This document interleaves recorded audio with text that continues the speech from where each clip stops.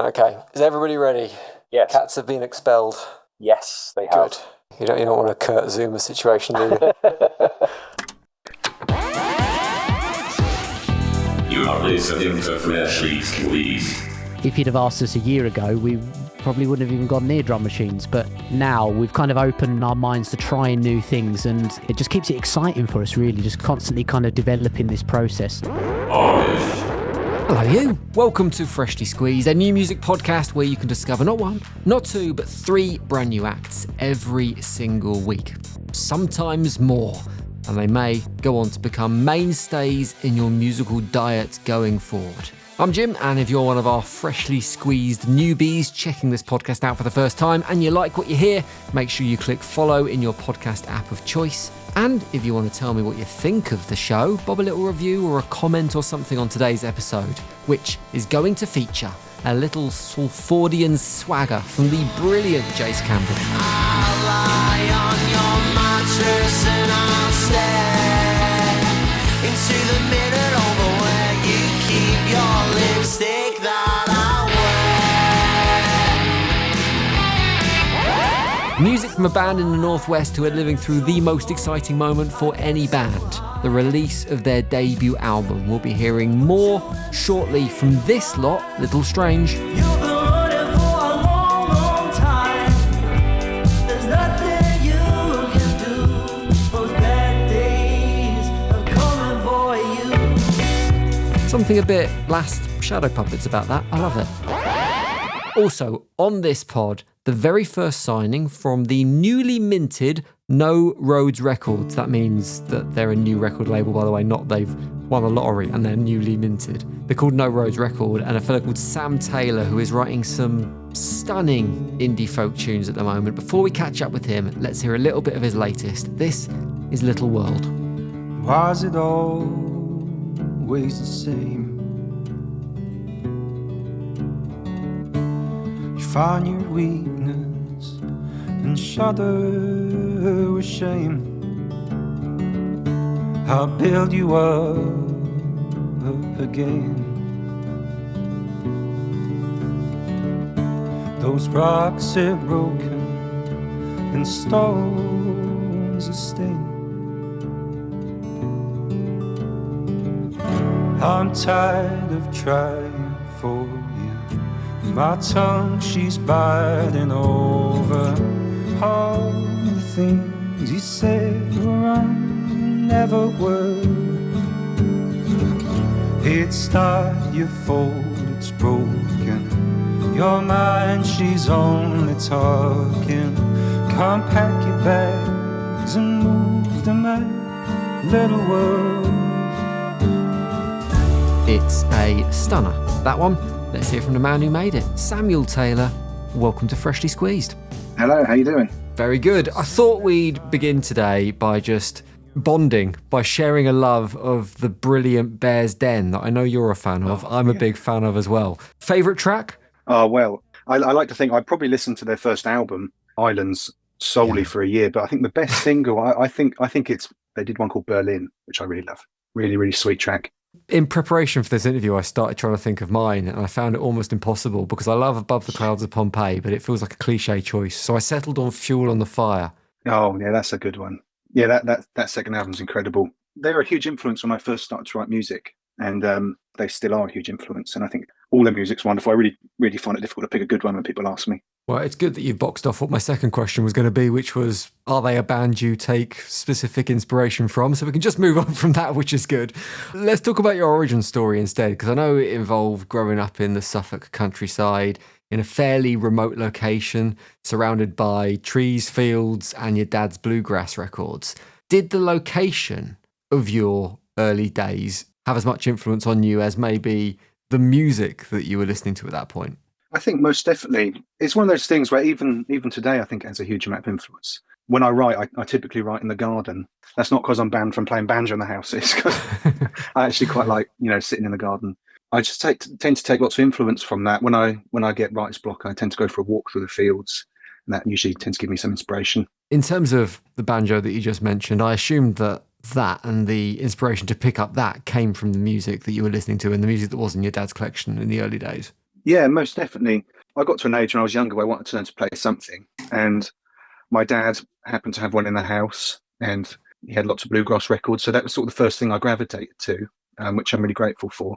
And it still has, I like to think, a bit of an influence today. But yeah, that was the first port of call musically for me. It's not the most fashionable of instruments. Was there no temptation to take it in another direction? Maybe pick up an electric guitar or a synthesizer or something along those I lines? think, yeah, most definitely. My mum and dad like to remind me of a story when they were standing in the window of a charity shop, looking in the window of a charity shop, and there was two things for sale. One of them was a banjo, the other one was a Moog synthesizer, a 1980 synthesizer.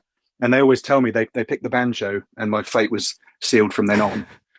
But what would have happened if they picked the Moog? Well, I probably would have had better luck with girlfriends, if I'm honest. Could have been the next New Order. You never know. Exactly. Yeah, you never know. So you've recently signed up to Jesse Quinn's label. Their very first signing as well. Jesse's better known as the bass player of the band Keen. How hands-on is he as a label boss? Is he passing on advice? Does he take an interest in your development? Or is he very much kind of like bankrolling it, but you're left to work it out for yourself? I think Jesse's a really, really wonderful person to have on side. Well, first of all, he's my friend, but second of all, he's really, I wouldn't say he's hands-on. He's more, supportive. If I have an idea, that's something which he's really, excited to hear what we're working about, especially in terms of the production. I've worked with people before and you feel like you can't be honest with them. With Jesse, that's not the case. I feel like we're completely honest with each other, and that creates different things musically, definitely. How have you found that experience as an artist, going from being a solo entity to having a team around you, people chipping in, feedback, thoughts, production?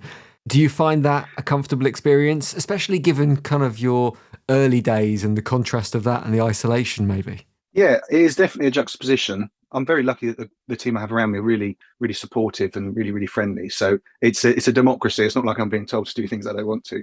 But no, it's really, really positive step in the right direction for me, because as you say, I've been doing this myself for a while now. So to have a group of people around you who are bringing different ideas in is really, really beneficial. So the brand new tune, Little World, it's going to be the title track of your new EP. Stunning record. It's heartfelt, emotive, nostalgic as well. What do you want listeners to take away when they hear it? People ask me this quite a bit, and I'm not too sure. I sort of write music, as you say. I've always been on my own writing music. I write it for myself and to try and deal with things that are happening in my life. So if people can relate it to something which they're going through, or something similar to that, then it's just a really good positive for me. You've said that it's a song about overcoming difficulty, about being optimistic even in the toughest of moments, which is, I think, it's something that most people can relate to in some fashion. Do you enjoy that element when a song is given to the world and then it kind of takes on its own meaning by those people who hear it? Yeah, definitely. I mean, the thing I like the most when people talk to me, if they say, look, I've listened to your song and I really enjoyed it. Hopefully they say that anyway. And they say, look, I've related it to something which I've gone through, or something's happened in my life. I always find it really interesting, because that specific thing's never the same, but the feeling behind that thing usually is the same. And it's really interesting to see how people make relations to it, because again, I only wrote it for myself in a sense. So it's really interesting to see. Feels like the perfect interlude to play the track on Freshly Squeezed. So we get Little World on next, Sam, but thanks very much for chatting. Thank you so much for having me. It's not your fault, it's broken. Your mind, she's only talking. Come pack your bags and move the night. Let the world die.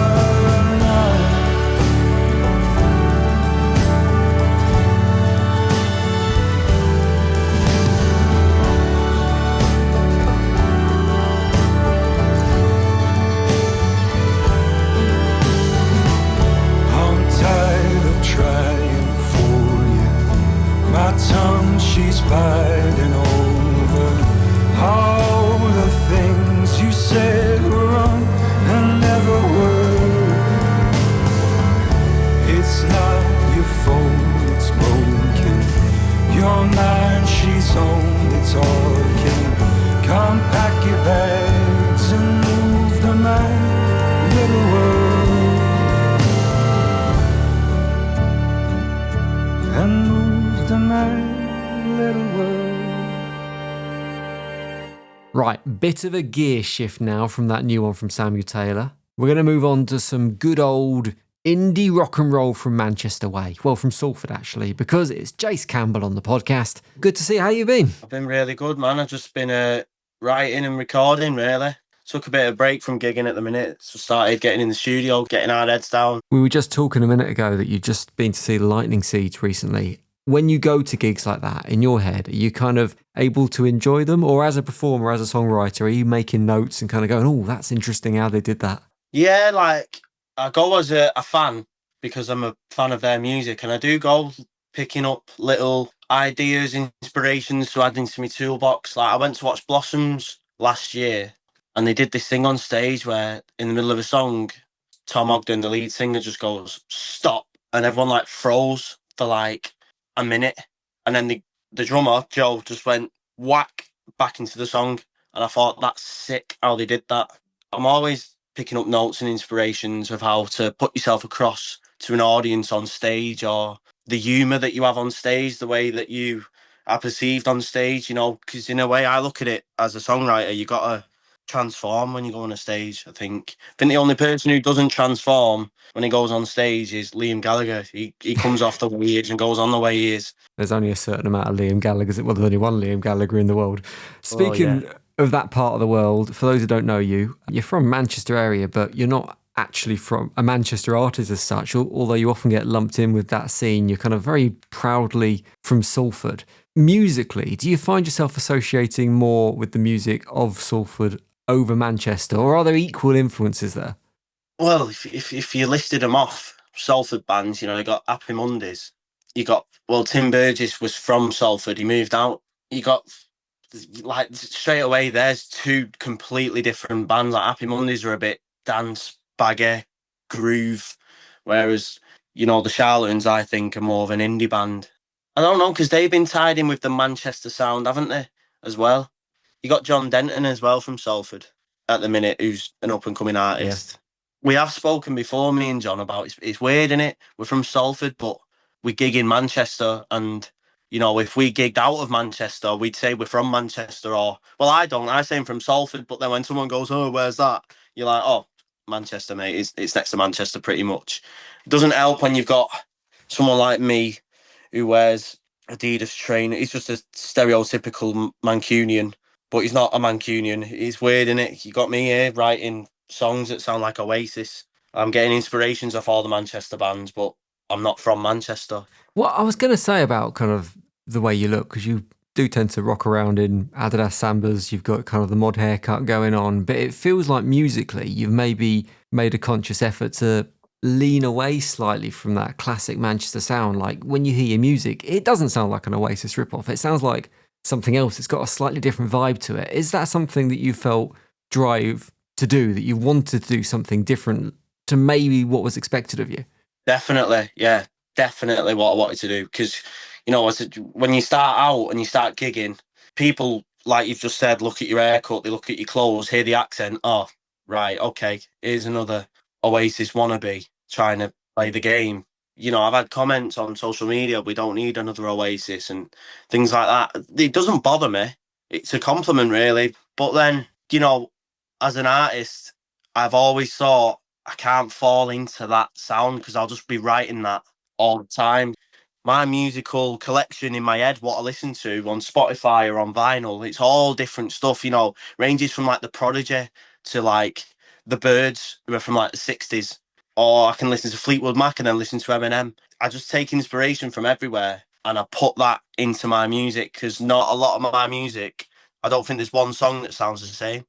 The single we're going to play, Lipstick, I was into Catfish and the Bottlemen heavily at the time, because I went to see them with my girlfriend. I've liked Catfish growing up, but I've not really delved into it, and that's what I did. And I was listening to not Homesick, Hourglass, the slower tune. I wanted to write something along them lines because I liked their use of urban lyrics. The lyrics sound like they're texting somebody. It's as if you're texting someone. Whereas Oasis is more like Oasis, Stone Roses, the Charlatans, all the Manchester bands. It's very articulated lyrics, Whereas Catfish are like straight to the point. I text you, you ignored me, and then smash my phone. Something like that, as an example. And I thought, I could write a song like that in my own voice. Like the lyric, for example, babe, I will wear your lipstick when you leather me with a kiss. Do you know what I mean? That's just how I talk. That's my slang, if you will. And I thought if I put that in a song, the people of Manchester or Britain, if they heard it, they can relate to that in a way. I liked that use of urban street lyricism, and I thought I'd give it a go. And that's where lipstick come from. That's interesting. So I can hear the Catfish influences, but I didn't necessarily clock them in the lyrics. I kind of clocked them in the intro to the song, where it's got this kind of almost chugging guitar at the start, and then it kind of builds from there, which feels very Catfish-y. How do you build a song when you've got that starting point? How do you grow it into the full part with all the components? Is it just you that's doing that? Are you the master of everything, or are you working with a regular band under the Jace Campbell banner now, where you kind of all develop stuff together and you grow your own parts? The formula of how we work is I'll write a song acoustically in my bedroom, as I've done for the past 10 years. Let's take Lipstick, for example. You know, I was listening to that Catfish song and it was playing over and over in my head. And then I got my guitar out and I was playing with it, got the riff, and then I got the melody in my head and I was like, right. And I had the full song mapped out before I even wrote a lyric down. I had a melody, but I can hear in my head how that's going to sound when I produce it to the band. I go in the rehearsal room, I go, right, this, and this. You're going to play this, you're going to play this. Normally with the drummer, you just tell him to do what he wants. A drummer can do whatever he wants. But I give him a reference, you know, make it sound like this, and then he'll do that. And then, you know, there is bits in a rehearsal room when right, stop, let's do this here, where my guitarist Max might say, that'll sound good there. And then you put that in. If it works, it works. If it doesn't, it doesn't. So collectively, I write the song on my own, but it's the band that makes it come alive, if you get what I mean. Well, it's an absolutely cracking tune. Promising signs for the EP that's on the way. We'll get it on Freshly Squeezed. But Jace, nice to catch up. Cheers for coming on the pod. No worries. Thank you very much, Jim, for having us on.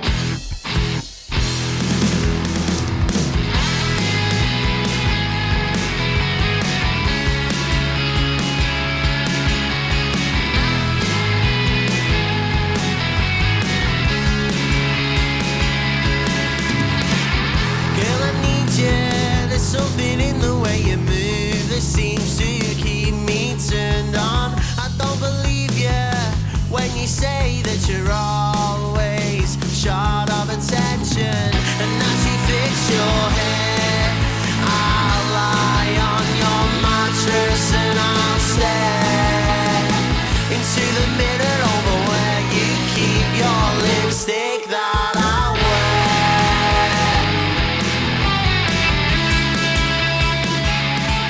That is new from Jace Campbell. More on the way from him in the next few months or so. So get involved via the links in the podcast description. Add him to your favourite artists. And while you're at it, make sure you've got this podcast favourited too.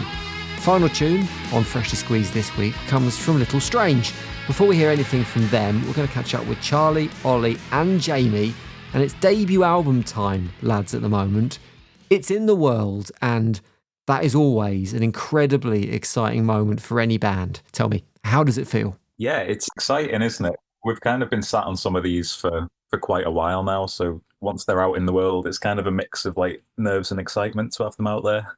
You're labelling this as a debut, but I'm interested as how we're classifying Red Moon Rises, which came out last year, because 9 tracks long. I mean, it's kind of an album in itself, isn't it? Yeah, so this is, a bit of a sticky wicket, that one. But the way we wanted to describe it as an EP, because originally we were just going to do 4 tracks. And then we kind of had a couple more on there. We were like, do you know what? I think this, because the overarching concept of that was kind of like the spaghetti western soundtrack inspired kind of music. So we kind of had these other songs that we were like, oh, these fit so well with the concept. So we put them on. And then we thought we'd add a couple of instrumentals on. So I suppose the instrumental ones were sort of classing as kind of little, not quite tracks, if that makes sense. So that's how I suppose in our minds we're getting away with it a bit. But is that in general how you work as a band? You kind of, I can't think of the right phrase, but you produce stuff quite quickly to the extent, like, so releasing a 9-track record, even it has got instrumental on it last year, and then following it up with a full album this year,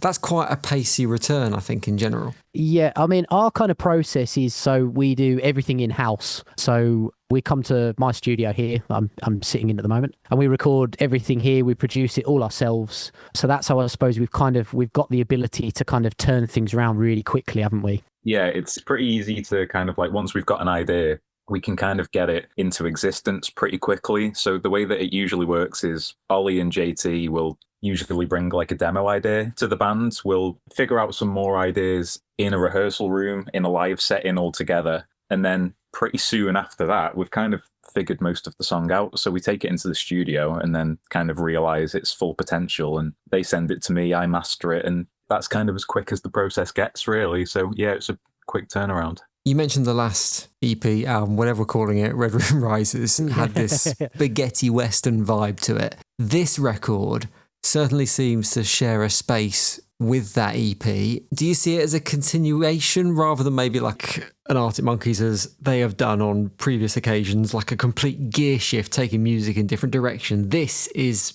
a progression. Definitely. It's like we've taken the spirit of Red Moon Rises and we've kind of kicked it down the road.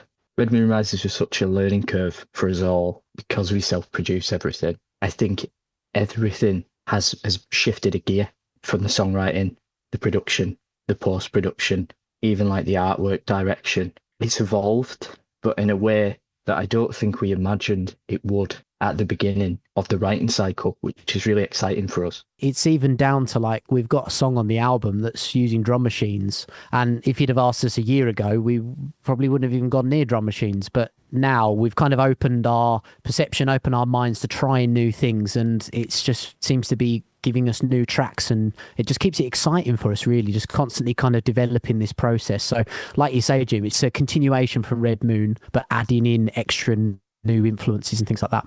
I name-checked Arctic Monkeys a minute ago, and I do think the record, when I listened to it, it reminded me a little bit of Humbug, which famously was recorded in the middle of a desert with Josh Homme and various narcotics on offer as they were in that recording process. No such luxury for you guys, certainly in terms of location. It was all done in Manchester rather than the Nevada desert. But I think as a collection of tunes, it still has that kind of dusty Americana feel to it. How did you get yourselves into that place mentally? Do you just close your eyes, try and ignore the rain battering against the window and crack on? Yeah, that's a really good question, that, Jim. I think as a group, even though we're based in Manchester, we really don't sound like we're from Manchester. And I think that's become like a badge of honour for us, certainly in the last year or so.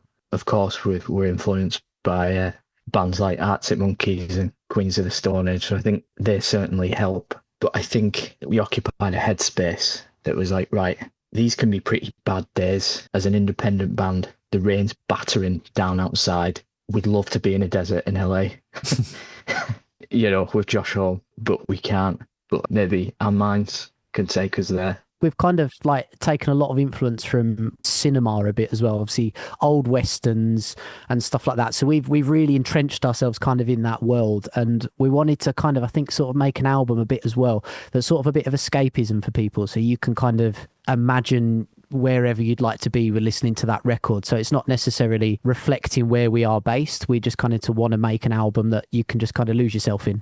Well, you didn't have Josh Homme on the record. You didn't have any producer. In fact, as you said a few moments ago, you self-produced, you self-mixed. Was that always the way it was going to be? Did you ever consider bringing anyone in, having another opinion, another kind of set of ears to cast a view over what you're doing and take it in a different direction? Or was it always going to be you guys doing it yourself in your studio? When we kind of started making records together as a four-piece, we'd set out, we went to a studio and recorded, and it got to the point like we kind of had ideas, and sometimes I think when you're in that situation, you end up catering a little bit to what the producer likes the sound of, rather than necessarily thinking, do I like the sound of this, or am I just kind of playing to somebody to see if, do you know what I mean? Whereas in this situation, it gave all the four of us the control, and all the four of us to kind of, because I feel like we're a very democratic band. We decide things, the four of us. If all four of us like it, we go ahead. If one of us isn't sure, we take a back step and we kind of sort things out. that's how we kind of like to work, and that's how I think the process for us, it works really well, because the four of us, we have each of our own stamp on it. We've all got our own opinions, and I just feel like for the process, for us, it works better.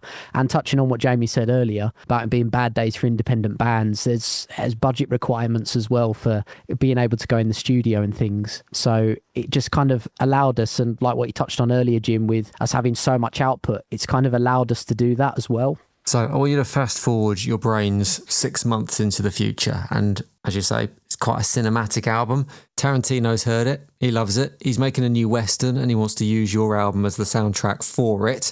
The condition is that you've set that you get to pick the male and female leads for this brand new film. Who are you casting? Bear in mind, you get to meet these people because you're part of the production setup. So you could cast someone because you think they're a great actor. You could cast someone just because you think they're a hero. I want a male and female lead from you. Who are you going for? That's a great question. That is a fantastic question. My brain for the male lead, in terms of the music that we're making at the moment, I mean, I'm going straight to Austin Butler. That's a great one. Austin Butler's very good. Pedro Pascal's, I think, could do a great Western lead as well. Do you know what? I can picture Austin Butler and Saoirse Ronan. I don't know why. That's I'll a great agree with shout. That's a great shout. Perfect casting there. Jenna Ortega. I think I could see it. I'm not 100%, but I think I could see it. I'll leave you boys to mull this over, because when Tarantino makes that call, I think you need to have a clear idea in your heads, because you don't want it to be a deal breaker when it comes. Yeah, in the meantime, we'll just celebrate the new record for the time being. Yeah. It's like, oh, sorry, mate, can't choose. Yeah. Deal's off the table. You can't have it. Yeah, that's it. I want to know what success looks like for you guys at the moment. I think you've been fairly honest, fairly scathing about the music industry before, and how success, inverted commas, is maybe out of reach for most bands nowadays, unless they've got big checkbooks or major label backing.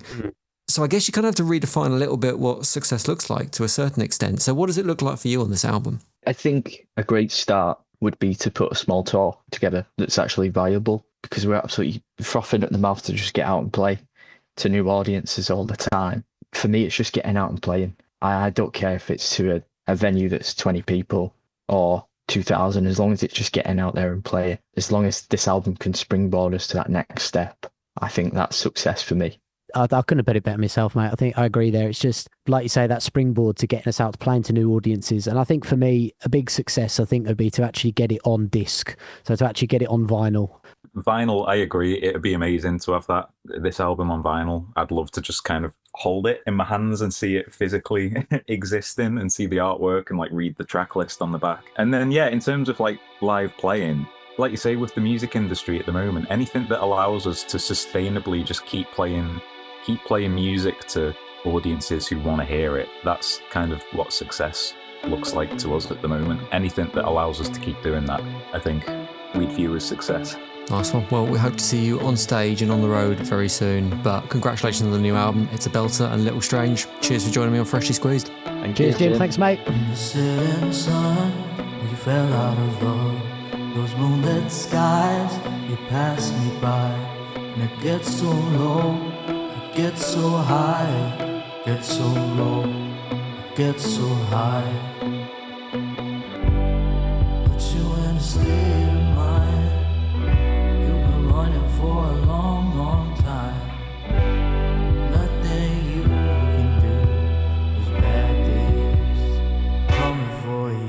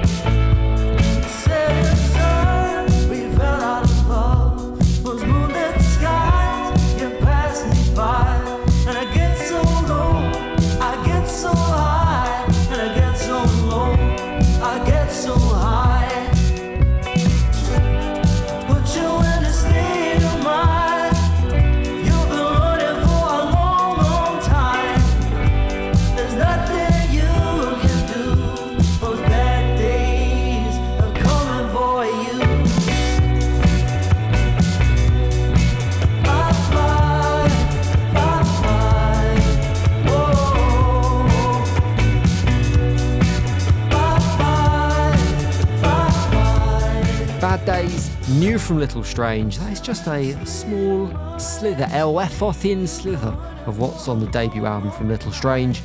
Very strong recommendation from me that you go and check out the rest of it yourselves.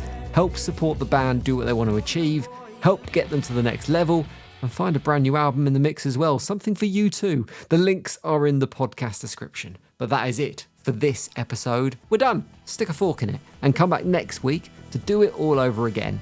Links to all the bands in the description, as I said. Make sure you're following the podcast on your podcast app and you get the next episode as soon as it's ready, and that will bring you next week another 3 bands. They're already locked and loaded.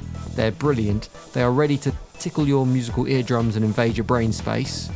Neither of those things sound very good, but trust me, it will be nice. You're going to enjoy it. It's going to happen next week. Make sure you're here. Cheers for your ears. See you next time. The award-winning Freshly Squeezed, a new music podcast, was devised, produced and hosted by Jim Salveson. Sound design and additional production by Ant McGinley. The music, Blue Blazer, is written and produced by Spin Class. Stop.